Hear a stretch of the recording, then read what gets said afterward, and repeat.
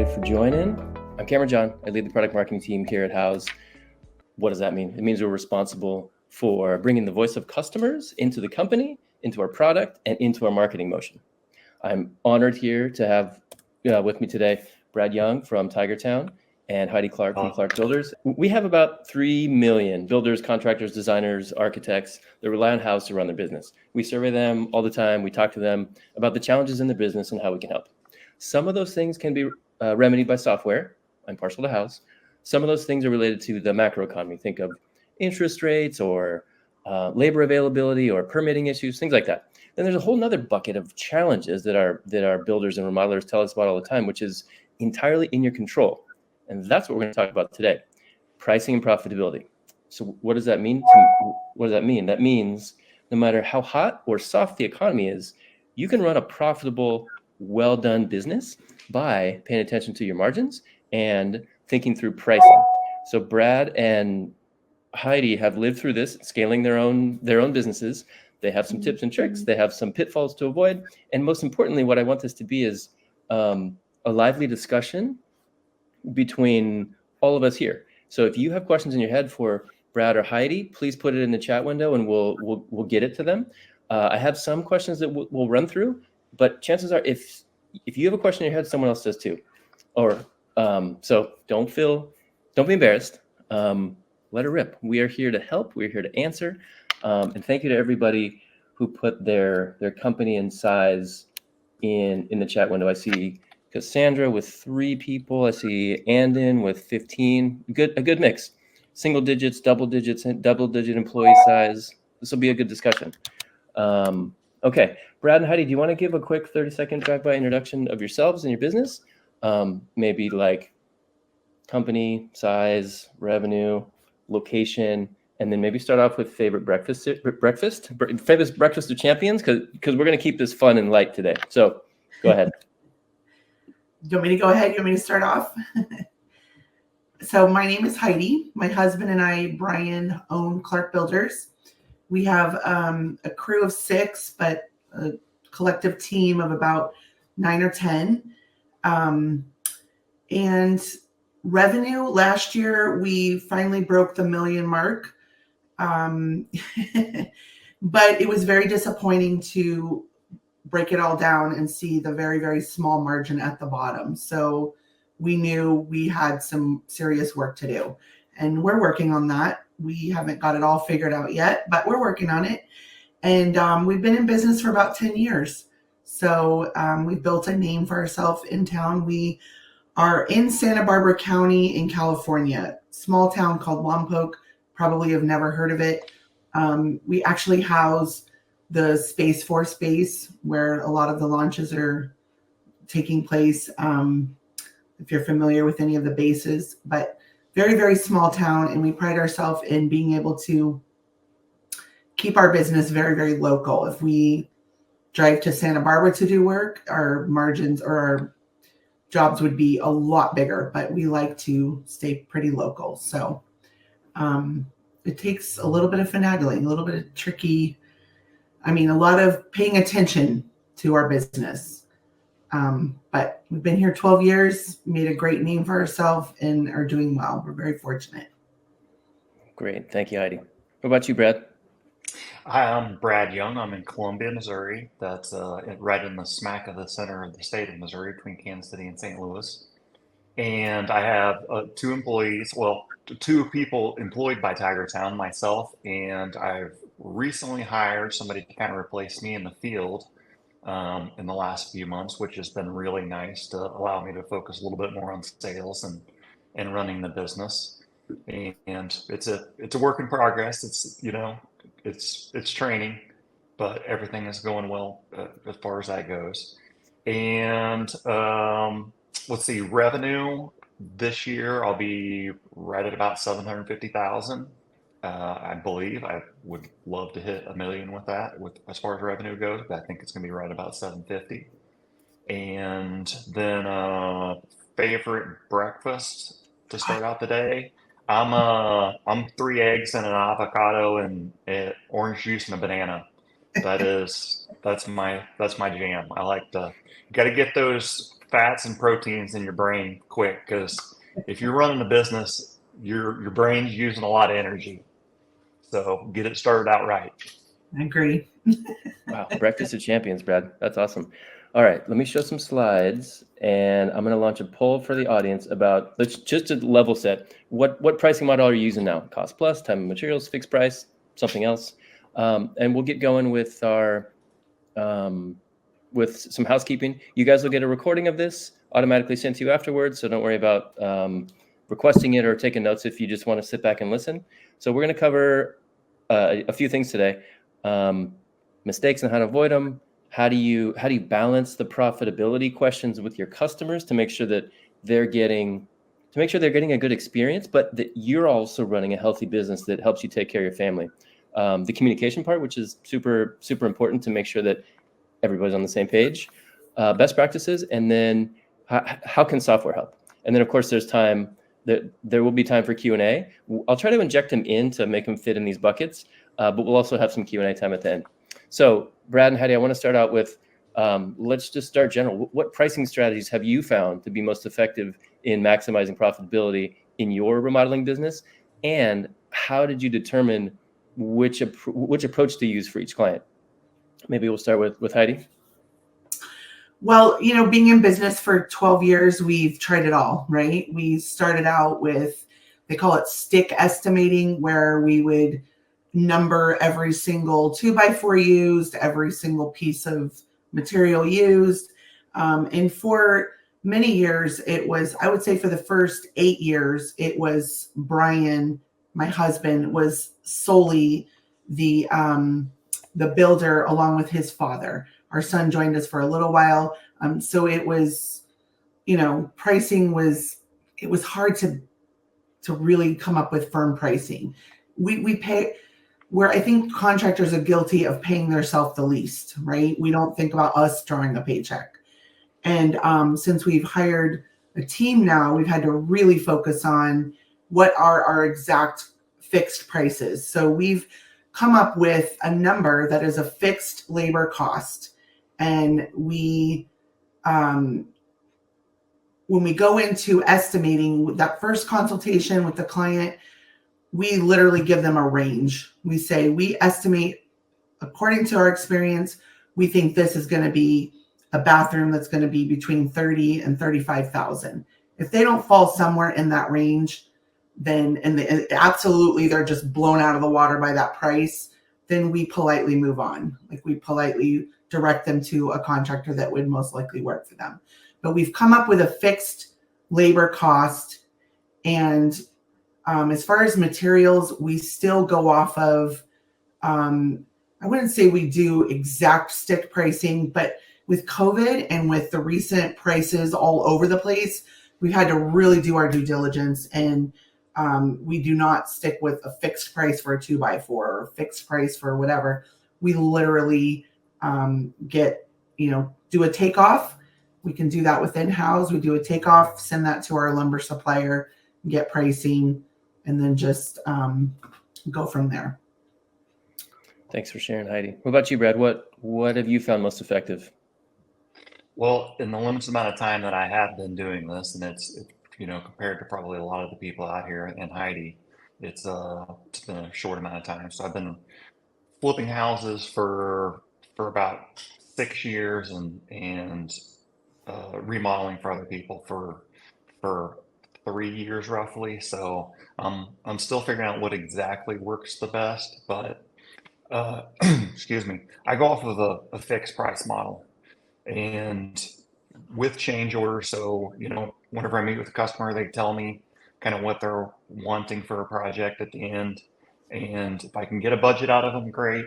If I can't, then I just work with it. But basically, I'm trying to make sure at the end of the year, what it boils down to is that I'm hitting a overall average for yielding an overall average for what I feel like my markup should have been, and then what margin I want the company to have made, and that margin really needs to be around 67%, or the markup needs to be around 67% to yield a 40% margin to get really into the details of the numbers.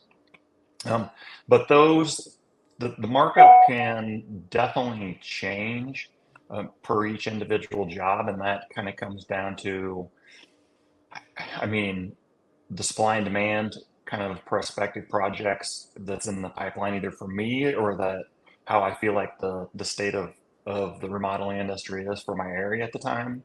How about I want or don't want the job, or, excuse my language here, but it kind of depends on where I perceive the customer as falling on the pain in the ass meter. And I think we all know and should have a good gauge of whether or not a customer is going to be easy to deal with or hard to deal with, and and that needs to have some effect on how much you're charging as well. So my fixed estimates, they really do put more pressure on me to make sure I'm doing my due diligence while I'm in my on-site meetings, whether I'm taking notes or asking questions and listening. And really what that does is, by providing a really solid estimate that's fixed, is it allows me to not disclose my markup. I don't need to be telling them, hey, here's how much I'm going to charge you on top of labor and material, because in the end, it's all about if they're getting, the project they want for the cost that we agreed upon. So Right. That's kind of some of the things I think about for when I'm pricing at each job. Thanks, Brad. That's really interesting that there's a pain in the neck premium. If you're a pain in the neck client, there might be an extra charge in there for you. Yes. Good. There should be Extra charge, but we definitely have a questionnaire that we send out before we even meet them. We take that intake call, we set that appointment, we send them a questionnaire. We created a Google form where they can fill it out online. It comes right back to us. And a lot of it is your experience with past projects. How do you feel your relationship went with the contractor? You can glean a lot of information from what they put in there, and it will really prepare you for, okay, do I really, really, really need this job? Do I really, really want this job? And then you get to their house and you see the pristineness of their house. And then okay, we do have a standard for pre-construction prep, but it might be bumped up on this job. Like, we really, really have to account for that. You really, really have to account for those kind of things, because they can really eat up your profit. Exactly. That sounds like a tricky balance. And it resonates with what the audience said here in the poll. Half of the audience here does fixed price contracting, fixed prices, 30% cost plus, and then another about 20% do time and material. So it's kind of all over the map. Does that resonate with you, Heidi and Brad, for how you price depending on who the client is and what they want? No, not for me individually. I stick to a fixed price scenario. It's it requires me doing, like I said earlier, doing my due diligence and making sure that I have everything included and that it's spot on whenever I give it to a customer, or at least accounts for some things that I may not know that'll possibly happen. In the end, I don't want to have to charge the customer anymore unless it's a change that they wanted to make. So then we make a change order for that. But if it ends up being easier than I thought it would be, and maybe I can offer the customer a credit back, I end up just looking like the hero. So it's worked for me to stay with a fixed price model, and maybe I should try a cost plus, but I've had good luck with this, so that's what I do. Yeah. Cost plus and time and materials is technically illegal in California. I think there are some loopholes. I think if you offer a not to exceed price, you can finagle in there. We've done both. The problem with cost plus time and materials, there's a lot of slippage. There's a lot of areas where if you're not diligent and keeping track, you could really be putting out money that you're not going to get reimbursed for. or an invoice comes in long after the job's over, and it's like, ouch. We actually include in our fixed price, and Brad, I don't know if you do this or not, but we include a percentage at the bottom of the pricing. We include contingency and consumables, and it's typically between 2 and 5% of the subtotal of the contract price. That is to cover the things that we use off the work trailer, nails, caulking, whatever, that I'm not going to, try to pinpoint the price on every little tiny thing. So that's a consumable. And then contingencies would cover the little things that they request, that it's not worth a change order, so it kind of covers, and they see it and they recognize it and they know.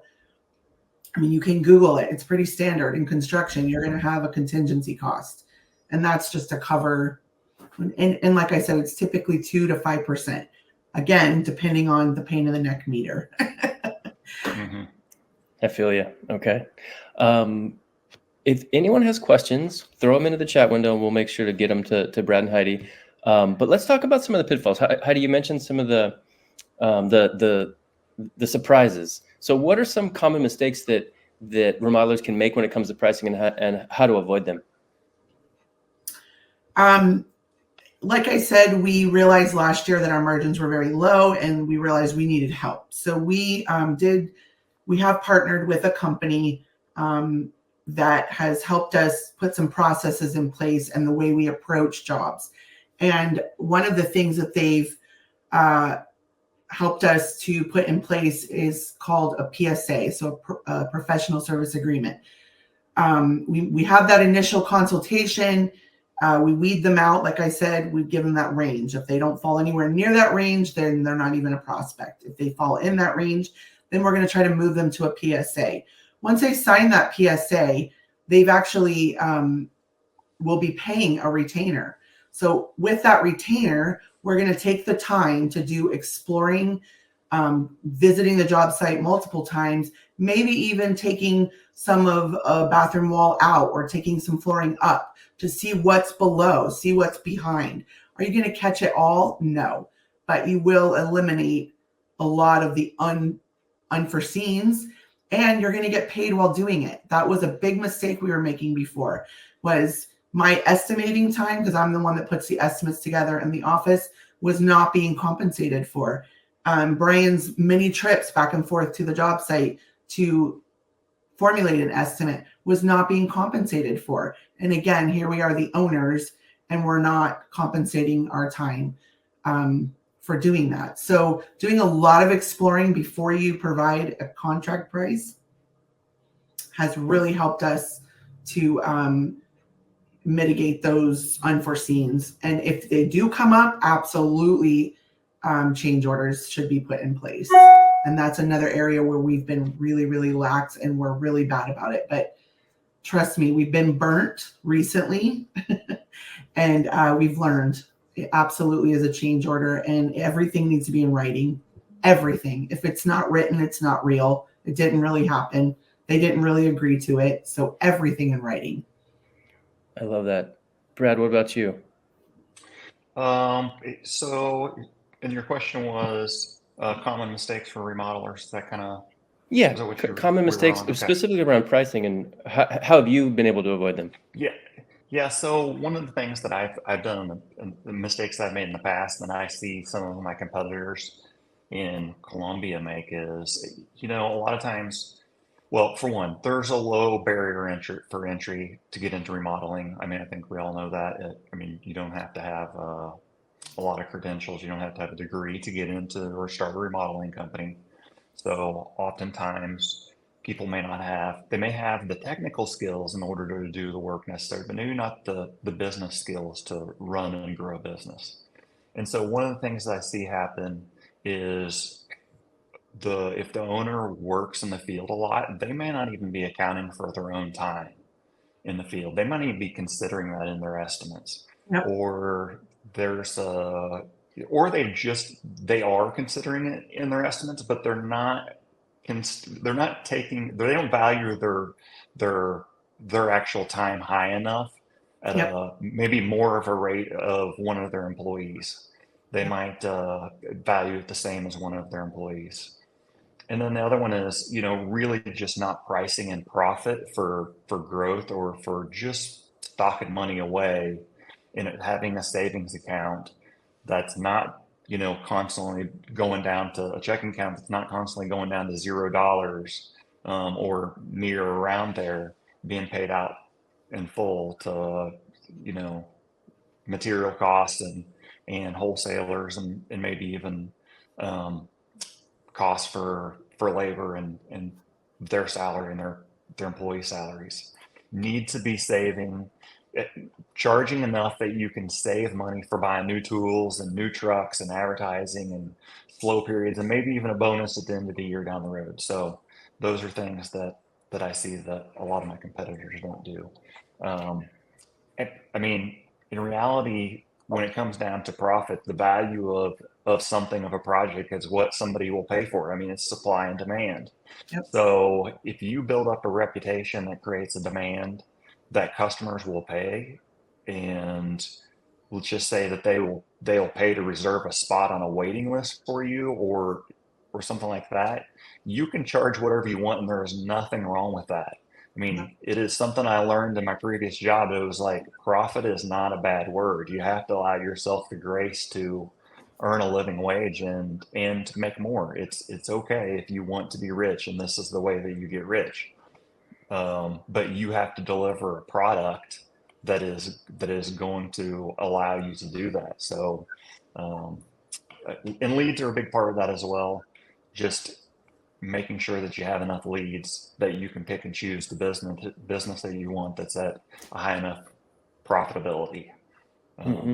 So that kind of covers some of the things that I see. 100% agree. We are bad about paying ourselves. And you're right. There's nothing wrong with charging what you're worth. Yeah, I used to do it. I used to do it all the time. I don't know how many times for the first couple of years, I probably was not hardly paying myself anything or charging anything. Yep. And the only reason I was getting away with that is because I had a wife that had a job that we were living off her wages. So I had to put on my big boy pants and make sure I was making enough money in my own company. I love that. That makes sense. I'm going to launch another poll for the audience about some issues about profitability. Like, let us know some of the things that you think are impacting your profitability while I shift gears with Brad and Heidi. And I want to double click on the KPIs. Both of you guys mentioned some numbers and some margins. Heidi, you mentioned sort of a business coach you guys have been working with. Tell me about some of the KPIs. Like, how do you measure your pricing strategy and how do you adjust it accordingly? Brad, you mentioned essentially gross margin and net margin and the targets you have in there. Do you measure profitability? Are there any other ways that you're measuring profitability of your company? And then same question for you, Heidi. I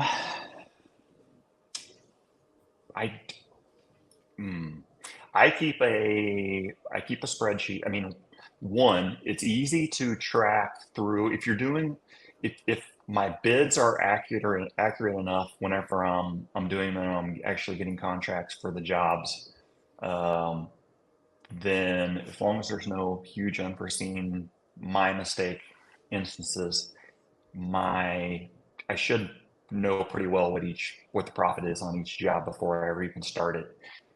If I'm detailing out everything in the House Pro estimating software or platform, which I try to do, that is, I used to be really bad about my estimates and it might be very vague, everything that I was doing on a job. And it was just because I was being lazy and I didn't want to have to think through the whole process. And I don't know about everybody else that's watching it, but I do not like sitting down and doing bids.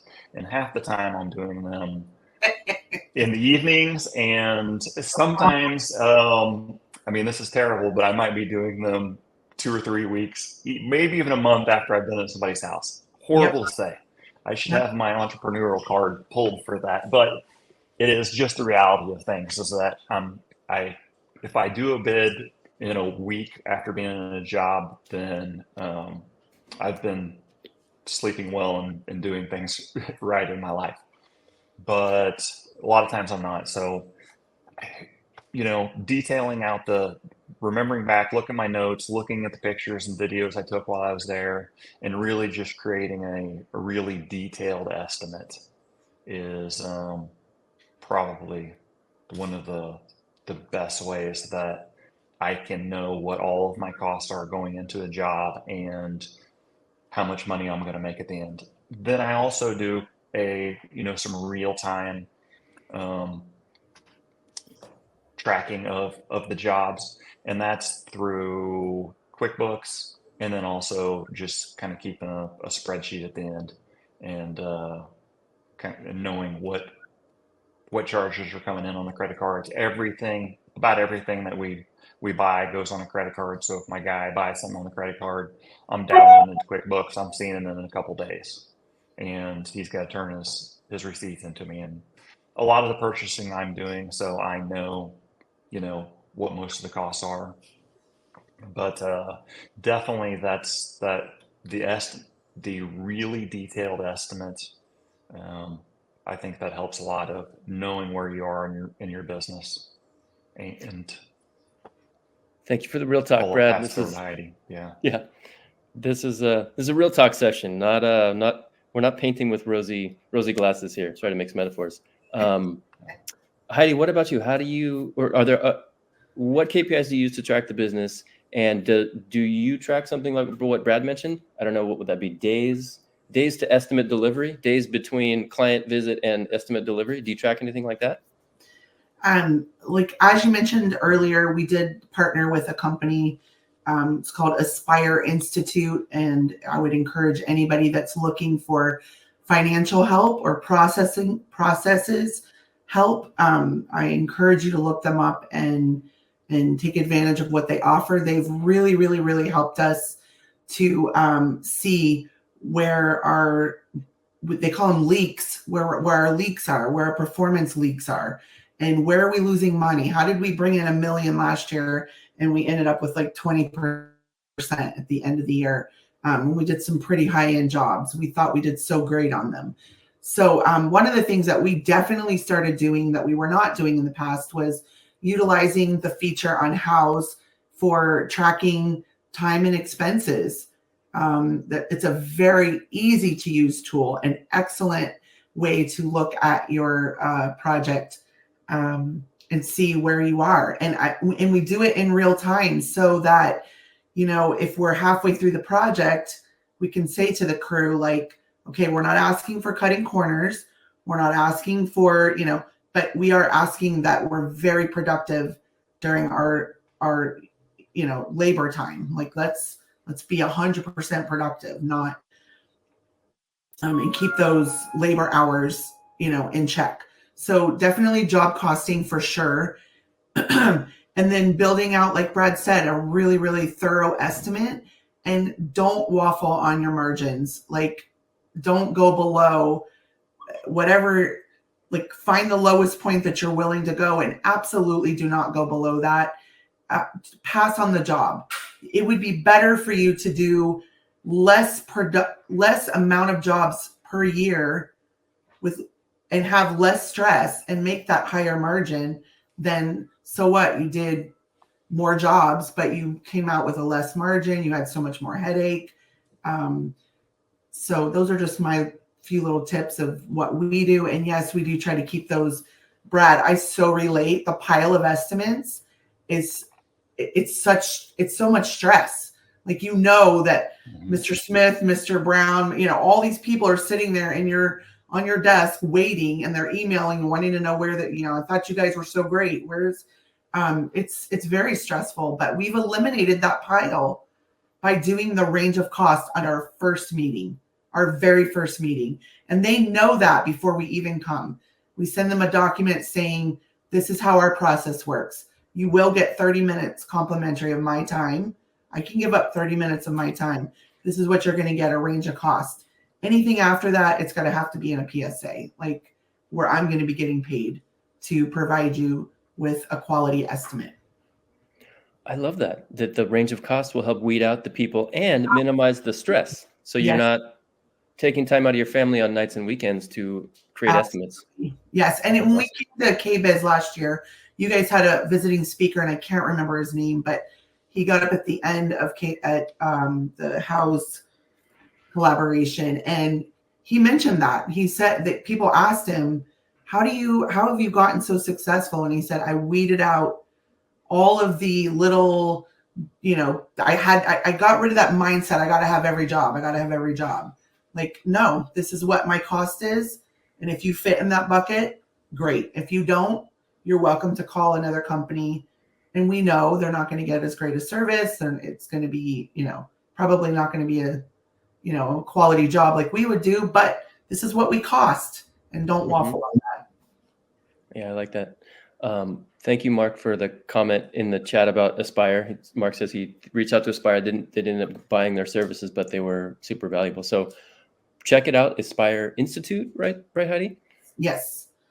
Kelly had it wasn't really questions, more like a commentary about House Pro and job costing and job tracking. We'll get to the technology in a sec. I want to double click on the client communication pieces, and then we'll do the technology in a sec. But when you are holding firm on this is a job, you are a good client for us, and you over here are not a good client for us. How do you strike that balance with clients to justify higher prices, but communicate the value of your services? Do you have any tips and tricks for how you can communicate your value such that you're not losing jobs, but while keeping your crews busy and keeping enough new jobs coming in the door? I will say for us, I think that initial phone conversation, that initial intake call where you're kind of getting a feel for what they want, you make that appointment, all the steps that we take up to that first meeting they're already getting a lot of value. They're getting a document. They're going to know right up front, transparent, this is our processes and this is what we're expecting. Like, if you want to play our game, if you want to be part of our team, if you want to hire us, this is the way we work. And this is our value. And I do get the feedback from clients, especially most recently after we've joined Aspire. Like, you guys are with it. You guys are on top of it. I had one client sitting across from me at the desk and said, how long have you been doing this? And I just started laughing because it's like Brad said, I don't have a college degree. I didn't start out to do this. And I just this job found me. My husband needed help. He's deaf and he couldn't navigate all of the client communication. And we just started growing, and I had to quickly catch myself up and just really, I'm a detail-oriented person anyways. So coming up with documents, coming up with value that they're going to see right out of the gate, they feel secure. They feel like, oh, this is a company I want to work with. They communicate well. They answer their phones. Contractors are known for never answering their phone. So answering the phone, calling them back, answering questions promptly, you're selling them value. And you're just making them want to work with you all the more. Yeah, I couldn't agree more with what you're saying, Heidi. It really does start with if you can't answer your phone, you should call them back as quickly as you can. And that means same day. Just when you feel like your back's against the wall, everything's piling up on top of you, just take that quick 2 minutes and call that customer and at least introduce yourself and set up an appointment. Set up that appointment to meet at their house, or one of the things that offer is if a customer is really just looking for a ballpark price, which that's so many customers out there, I ask them to text me a video or pictures and kind of a short description, or they can narrate their video about what they want done, and then I'll just text them right back kind of a ballpark, and then I'll ask, hey, is this kind of what you were thinking? You want to set up a meeting? And you can make that first connection really fast. But getting back to them, I think because so many contractors don't return phone calls or follow up with customers that the bar is set pretty low. So if you do actually do that, you're coming out of the gate setting that expectation pretty high of that you're gonna perform on the things that you say you're gonna do. And so, I mean, I think people know that if they're having to chase down contractors in order to even just get a bid, that they're probably not going to get the quality, and they're probably not going to be maybe the greatest contractor that they could get if they're not organized. And that also means they're probably not going to pay as much. But if they contact their contractor that immediately gets back to them, that sends a very detailed estimate over, and is easy to talk to, that there's, people know that you get what you pay for. So there's probably going to be a higher cost associated with that. I mean, it's like the difference between, walking into your Mercedes dealership or stopping at the used car place. Yep. There's going to be two different levels of service, customer service, that you experience with those. And you're going to pay more of a markup for that higher customer service. So customer service is something that a lot of companies across all industries have really lost stuff with. And if you are a customer service oriented remodeler, you can get a higher markup and more margin at the end of the day. Absolutely. And it's not usually very hard. It might be as simple as being a kind person and easy to talk to on the phone. I love that, because often I like the Mercedes example, because it helps you think about the end product. Sometimes we focus on the Mercedes itself, but what goes into making a Mercedes? A whole bunch of process, a whole bunch of operational excellence that delivers a quality automobile that they can charge a ton of money for. Yep. So let's talk about that example with respect to technology.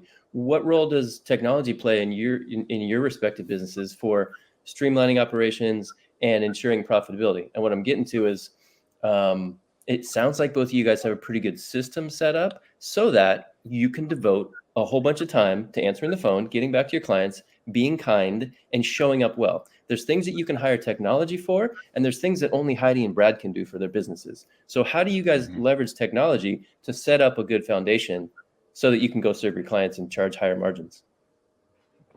So starting with marketing, one of the things that I'm doing better about, haven't always done great about, is social media. And with the Meta business platform, you can go in and you can set up multiple social media posts, several months in advance. So I have months worth of social media posts with, just something little, a post every other day or every few days set up.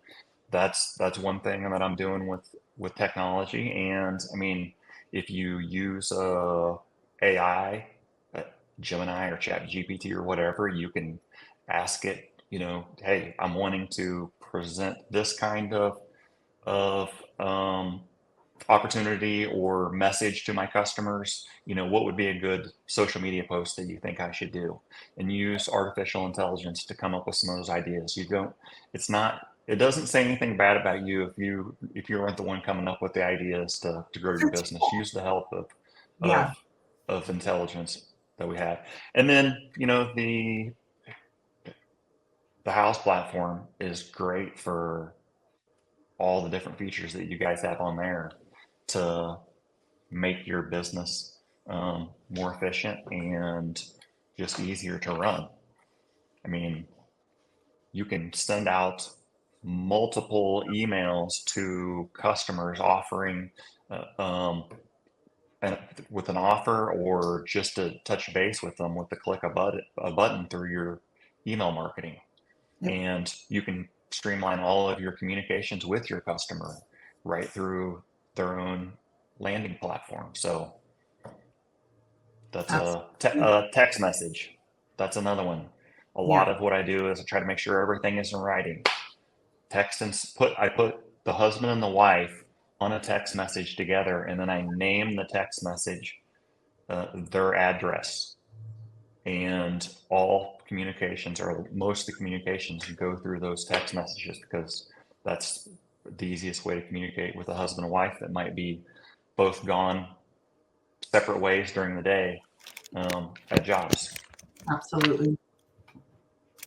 Anything you'd add about features in House Pro that help you have a fully baked out system, a fully end-to-end system that helps you run a better business? For us, the daily logs is huge, and we were bad about really utilizing everything that House Pro has to offer. And I have to give Pat, my CSM, a shout out, because she definitely helps encourage me to like utilize these features. They're there for you to use, and she'll walk me through them and train me on them. Daily logs is awesome. We literally transformed an entire garage into a 1-bedroom luxury house.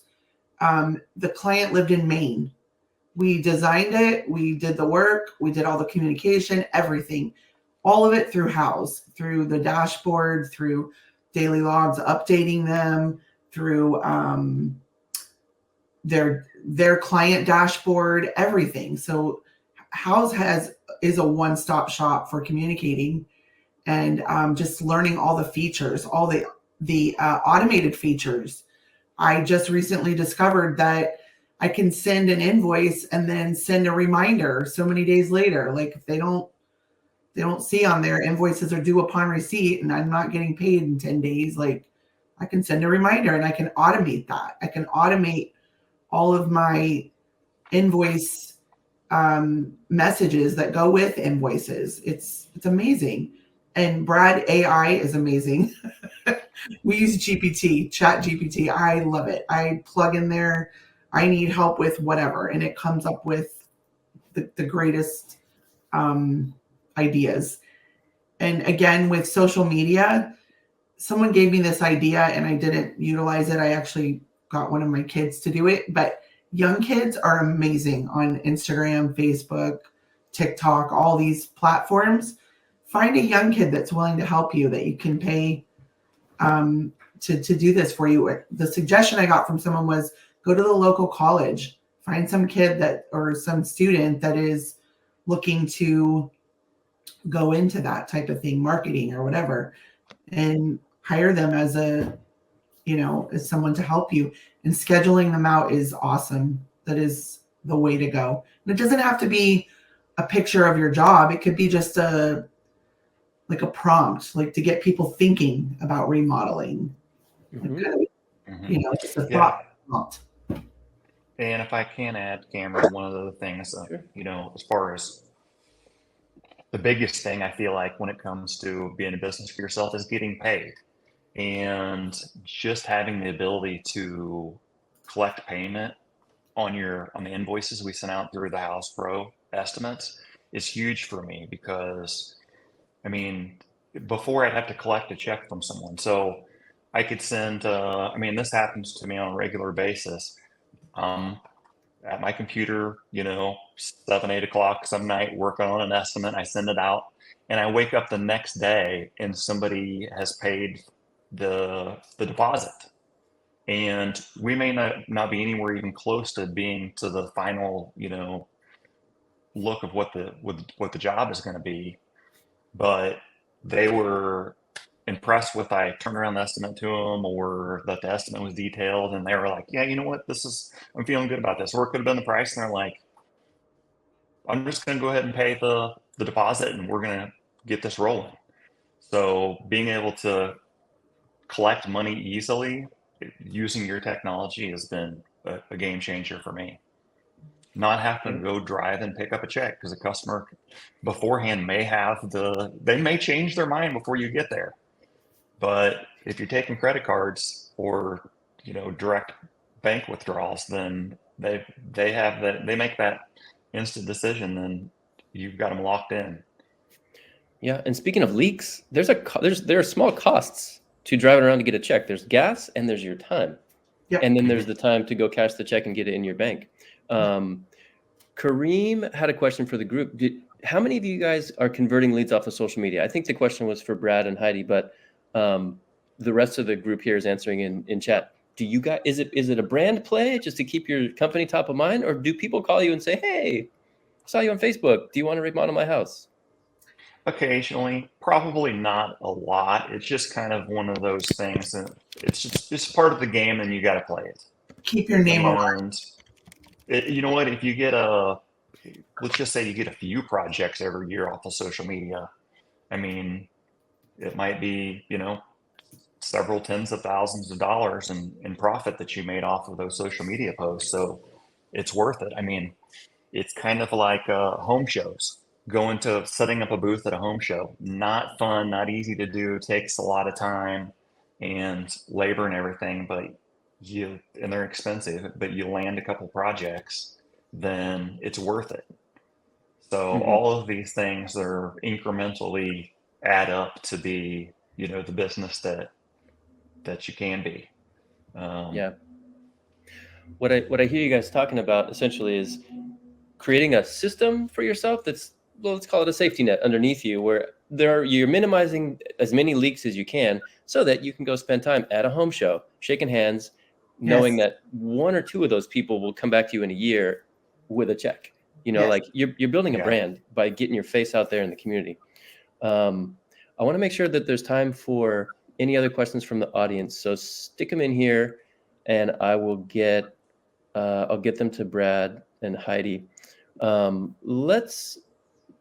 Let's round it out with, I wanted to ask about profitability with respect to scope creep. We all know what this is. It especially comes into play when you're doing fixed price contracts. How do you handle it? And how do you handle it yourself? And then what role does technology play for you in managing scope creep? When you say scope creep, do you mean we've signed a contract for X, ABC scope and it's XYZ price? You get in there, you start it, and we want to add this. Is that what you mean? Exactly. Yeah. Okay. The scope is growing after we've all agreed on price and scope. I mean, change orders, but I think taking the time to have a sit down conversation with them and say, like, okay, let's call this first one phase 1. We're going to call this one phase 2, and identify what belongs in each phase clearly and, price it out, or change order if it's not that much of a scope creep. I don't know, Brad, what about you? And it may be just the difference in projects. It depends on the size of projects that you're doing. I'm not doing custom additions or very larger projects. My average project is probably $30,000. So, I'm doing small bathrooms to kitchen remodels. And I mean, I don't feel like I run into that a whole lot. I mean, there's times where customers like, I have some damaged drywall in another room that is not part of your guys' bid, but will you take care of that? And I kind of play those by ear. And sometimes it's we'll just go ahead and throw that in just to make the customer happy, and that's the one more thing that motivates them to get on Google and give me a 5-star review. So most of the time it's going to be a change order, but sometimes it's going to be, we'll just, hey, drywall guy, go in there and do that, or electrician, go in and change that switch out in that other room that we're not part of, but it's not working. Okay, understood. All right, so I want to make sure there's time for any questions from the audience. So I could continue this conversation for a little while, but I want to make sure there's time for anybody in the audience. So if you have a question, put it in the chat or raise your hand and I'll take you off mute. You can ask yourself. I want to make sure that Heidi and Brad are making connections with the community in here. Let's see. I will get back to social media a little bit. We've gotten more spam from that than anything, but I did read in one of the comments that it keeps your brand visible and out there, and I agree with that. Keeping your brand alive and keeping your name alive is very, very important. We made the mistake one time of allowing ourselves to be hired by a multimillionaire, worked for him for 3 years solidly, only him, time and materials, got paid every Friday, made a ton of money. But when he decided to stop using us, or he was finished buying properties and doing whatever he was doing to them, the community had forgotten about us. We hadn't kept our name alive. And we literally have our sign in our front yard. We've got a big work trailer with our sign on it, but they hadn't seen us out and about in the community for 3 years. So I agree, keeping your name out there and even if it's just, just keep the flow going of your name and your logo, and just keep reminding the community that you're here. I think that is so important. And I'm going to add one more thing about social media I didn't think about. It's not necessarily the post that you're doing, but there are businesses in your community that within those businesses, the employees have groups where they're asking, hey, do you know a good bathroom remodeler? Yes. Do you know a good seamstress? Do you know, and so they're sharing the information on there. That has been where last year, I think from one of those kinds of groups within a business, a fairly large employer here in Columbia, I got about 35, maybe 40% of my business from that one group. Yeah. And it's at an employer where the average wage there is very high. So find those businesses in your community where they pay a pretty high wage, and find somebody there, whether it's a friend or you just seek somebody out, maybe calling them up and say, hey, do you guys have a Facebook group where people are asking for recommendations in that Facebook group? Yeah. And somehow get your name out there in that group, because Absolutely. people love to use people that other people have already used and they can trust. Yeah. They had good experiences with them. It's that word of mouth works really well in those social media groups. Yeah, I agree. And Brad, you talked about the 5-star review. Our daughter was like, Mom, there should be a company that goes around and just helps businesses set up their Google profile. I don't think people realize it's free. She helped me and took the time to set that up. And I've gone on our competitors' Google profile. There's nothing there. There's no hours. There's no information. There's definitely no reviews. It's free. Fill it out. And I ask every single lead that comes in, whether it's email, no matter where it comes in, I ask everybody, how did you hear about us? I want to know where people are hearing about us. And I will say 90% is your Google reviews. We went online, we searched contractors, you popped up at the top of the list, and your reviews are amazing. So yeah, don't be afraid to ask for reviews, because that definitely lends to your site, your name, your logo, everything being more visible in a Google search. That's great. Kareem had a question for both of you guys. Do you show management fee or profit and markup on embedded in it? Do you show it to the client, or is it embedded in your total cost somewhere? No. It's definitely embedded. No, I go back to supply and demand. The value of a product is what somebody will pay for it. Yep. You're not seeing everything broken down when you walk into any store. Nope. I mean, you buy a car, it might have a little bit of breakdown on the sticker, but everything's not broken down on there. Yeah. No. You don't know how much the company's making, so Okay. So with respect to margin, I put up another poll about whether you all have a target margin for end of year 2024 and whether you hit that target for 2023. And it looks like thank you, Giovanni. A bunch of you guys are already using ChatGPT for creating emails or creating content in general. Personally, I use it all the time. It's like having a little mini me off to the side that I ask questions to. If you haven't tried it, AI is still at that development phase where it feels like a magic wand.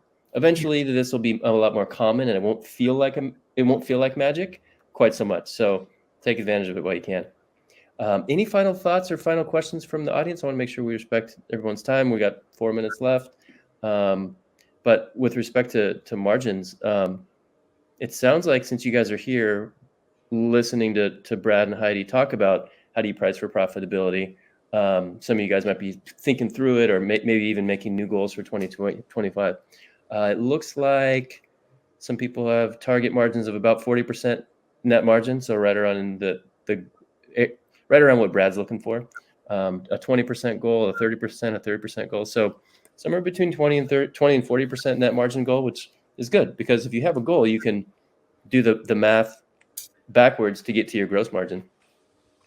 I say we wrap it up. Any final thoughts, Heidi or Brad, about advice you would give someone who's struggling with it, about a pricing strategy that works for their business? Don't sell yourself short. Absolutely. I mean, if people are coming to you wanting you to do work, then you are worth it. And just don't sell yourself short. And you know what? You might have to try it and see if you lose a job, but you might end up winning it. Raise your margins. If you feel like your margins aren't high enough, you would like to have higher margins, just do it and see what happens. I mean, you will never know until you try. If you don't get that job, or if they tell you you're too high, then you readjust, or that's when you got to put on your sales hat and you have to try to sell yourself. I mean, that's part of what we're doing, what we are. We're salespeople. Yes. And a lot of times when a client just automatically shuts my price down, no, I can get it done for whatever. I don't slam the other contractors in town. I just say, I'm just going to advise you to be careful going into a much cheaper price. We've done this for a long time. We know what it costs to do it. Just be careful. Make sure they're licensed. And they're like, oh, yeah, duh. Make sure they're licensed. Make sure they're insured. Make sure that the scope of work is very clear and spelled out. They may be undercutting, underbidding, and then they're going to hit you with 1,000 change orders. Or, just warn the client. It's okay if I understand that this price doesn't fit your budget or whatever, but just make sure. And of course, that's feeling out. You got to know whether they have a reasonable budget or not. Sometimes people just don't have a reasonable budget. But Brad is so right. Do not undersell yourself. They're coming to you for a reason. They've reached out to you because you're quality or you've made a name for yourself. Don't undersell yourself. You're definitely... Profit's not a bad thing. No. It's not a swear word. No. So there's one last poll up here about whether this session was helpful. This will help us adjust our content menu for the rest of this year and into next year. So please give us your honest feedback, and we'll continue to do content like this as we find topics that are of interest to our community of builders and remodelers like yourself. But thank you, Brad. Thank you, Heidi, for taking time out of your business to help the community and to help us help everyone grow. Have a great day. You guys all take care. Thank you so much. Thank you. Thanks, bye.